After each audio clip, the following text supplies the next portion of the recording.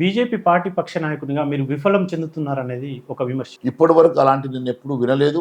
అలాంటిది ఎప్పుడు కూడా నా దృష్టికి నేను రాలేదు. నేనేం పని చేస్తున్నానో, ఎంత హానెస్ట్‌గా పనిచేస్తున్నానో ప్రజలు గమనిస్తూ ఉన్నారు. నేను ఇప్పటి వరకు తెలంగాణ రాష్ట్రంలో ఎల్పీ లీడర్‌గా నేను అసెంబ్లీలో నా పర్ఫార్మెన్స్ కానివ్వండి, బయట నా పర్ఫార్మెన్స్ కానివ్వండి, నాతో పాటు నా ఎమ్మెల్యేలందరూ కూడా కలిసికట్టుగా మేమందరూ కూడా అవకాశం తీసుకుని అందరం కూడా మేము గొంతెత్తి మాట్లాడుతున్నాం. ప్రభుత్వానికి వ్యతిరేకంగా గొంతెత్తి పోరాటం చేయడమే కాకుండా మేము ఫీల్డ్ వర్క్ కానివ్వండి, అసెంబ్లీ లోపల కానివ్వండి, పార్టీ తరఫున కానివ్వండి, మేము ఏ రకంగా అయితే ఈరోజు ప్రధాన ప్రతిపక్షం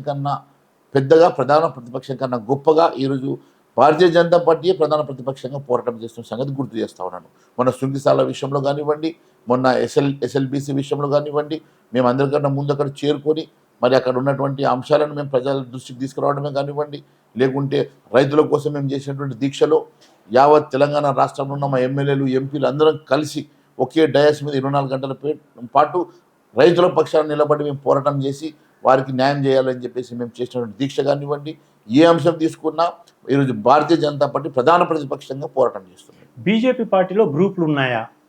మీరు ఏదైనా గ్రూప్లో ఉన్నారా, లేదా మీదే సపరేట్ గ్రూప్ ఉందా? భారతీయ జనతా పార్టీలో ఒకటే ఒక గ్రూప్ ఉంటుంది, అది నరేంద్ర మోడీ గారి గ్రూపు. భారతీయ జనతా పార్టీలో ఒకే ఒక నినాదం ఉంటుంది, అది భారత్ మాతాకి జై. Save a life. Download uBlood app. uBlood for the new blood.